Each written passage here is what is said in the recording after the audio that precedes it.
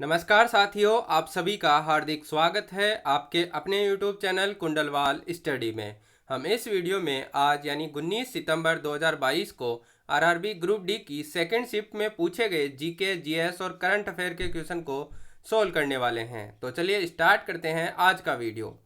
आज का first question है, भाखड़ा नांगल बांध किस नदी पर स्थित है? तो जो भाखड़ा नांगल बांध है ये स्थित है सतलज नदी पर। और ये कहाँ पे है? तो ये है हिमाचल प्रदेश के बिलासपुर जिले में। अगला सवाल है, समाजवाद, पंथ निरपेक्षता व अखंडता शब्द किस संविधान संशोधन द्वारा जोड़े गए? तो ये जोड़े गए 42वें संविधान संशोधन अधिनियम 1976 द्वारा। अगला सवाल है, ऑस्ट्रेलियन ओपन 2022 का खिताब किसने जीता है?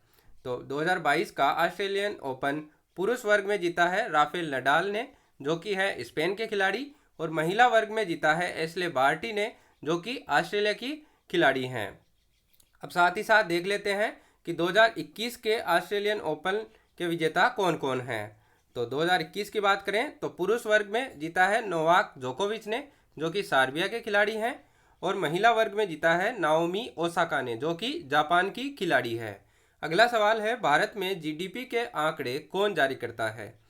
तो भारत में जीडीपी के आंकड़े जारी करने वाला कार्यालय है राष्ट्रीय सांख्यिकी कार्यालय, जिसको एनएसओ भी बोला जाता है।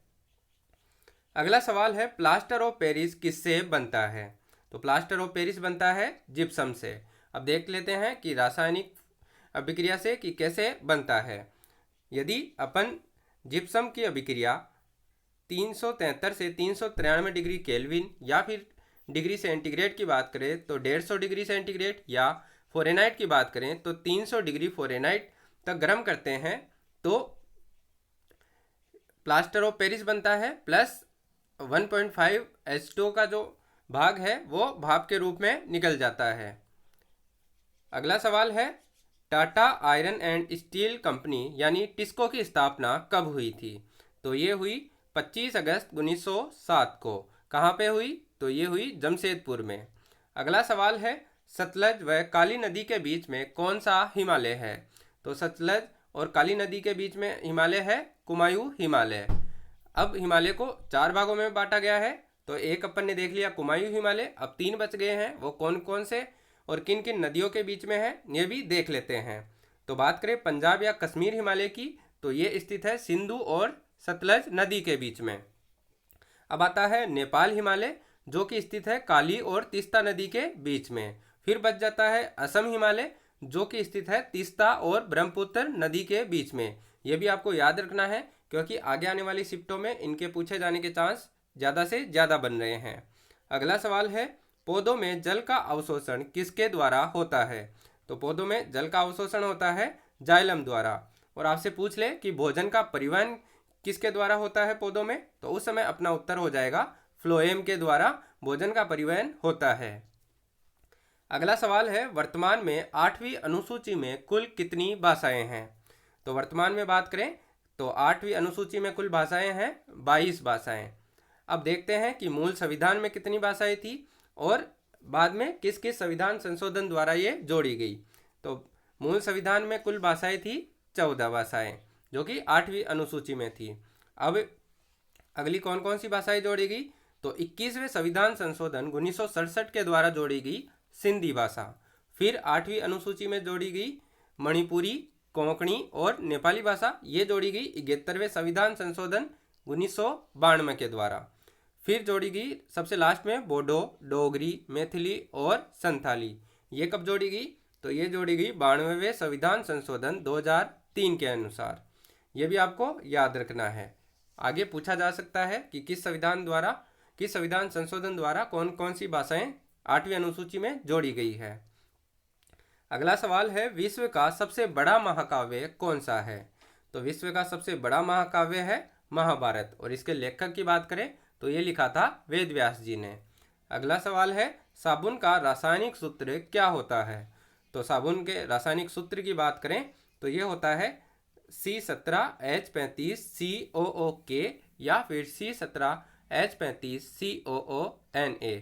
यदि यहाँ पे लास्ट में के यानी पोटेशियम है तो मृदु साबुन का रासायनिक सूत्र हो जाएगा, और लास्ट में Na यानी सोडियम है तो ये हो जाएगा कठोर साबुन का फॉर्मूला। अगला सवाल है अनुच्छेद 52 किससे संबंधित है? तो अनुच्छेद 52 संबंधित है राष्ट्रपति पद से। अगला सवाल जो आज सेकंड शिफ्ट में पूछा गया है ये है आवर्त सारणी में दूसरे वर्ग को क्या कहा जाता है? तो आवर्त सारणी में जो दूसरा वर्ग है इसको कहा जाता है क्षारीय मृदा धातु वर्ग। अगला सवाल है राष्ट्रीय महिला आयोग की वर्तमान अध्यक्ष कौन है? तो राष्ट्रीय महिला आयोग की वर्तमान अध्यक्ष है श्रीमती रेखा शर्मा। और बात करें राष्ट्रीय महिला आयोग की स्थापना की, तो इसकी स्थापना हुई है 31 जनवरी 1992 को। याद रखना है कब हुई है, तो ये हुई है 31 जनवरी 1992 को। अगला सवाल है केंद्रीय मंत्री पीयूष गोयल ने राष्ट्रीय फैशन प्रौद्योगिकी संस्थान यानी NIFT का उद्घाटन कहाँ पे किया है? तो ये किया है पंचकुला जो कि हरियाणा में स्थित है। अगला सवाल है RBI लोन किसे नहीं देता है? आपको 4 ऑप्शन दिए गए थे, उनमें सही ऑप्शन ढूंढना था। तो RBI लोन किसको नहीं देता है? तो RBI आम आदमी को लोन नहीं देता है, क्योंकि RBI बैंकों का बैंक है, तो ये ऋण या लोन बैंकों को ही देता है। चलिए दोस्तों, इस वीडियो में इतना ही। यदि ये वीडियो आपको अच्छा लगा हो तो इस वीडियो को लाइक करें, अपने दोस्तों के साथ ज़्यादा से ज़्यादा शेयर करें और इस चैनल को सब्सक्राइब कर बेल आइकन को प्रेस जरूर कर लें ताकि आगे आने वाले वीडियोज़ के नोटिफिकेशन आपको सबसे पहले प्राप्त हो सके। और यदि आप इस वीडियो की PDF चाहते हैं तो आप हमारे टेलीग्राम चैनल कुंडलवाल स्टडी को भी ज्वाइन कर सकते हैं। मिलते हैं अगले वीडियो में एक और एनालिसिस के साथ। तब तक के लिए थैंक यू, धन्यवाद, जय हिंद, जय भारत।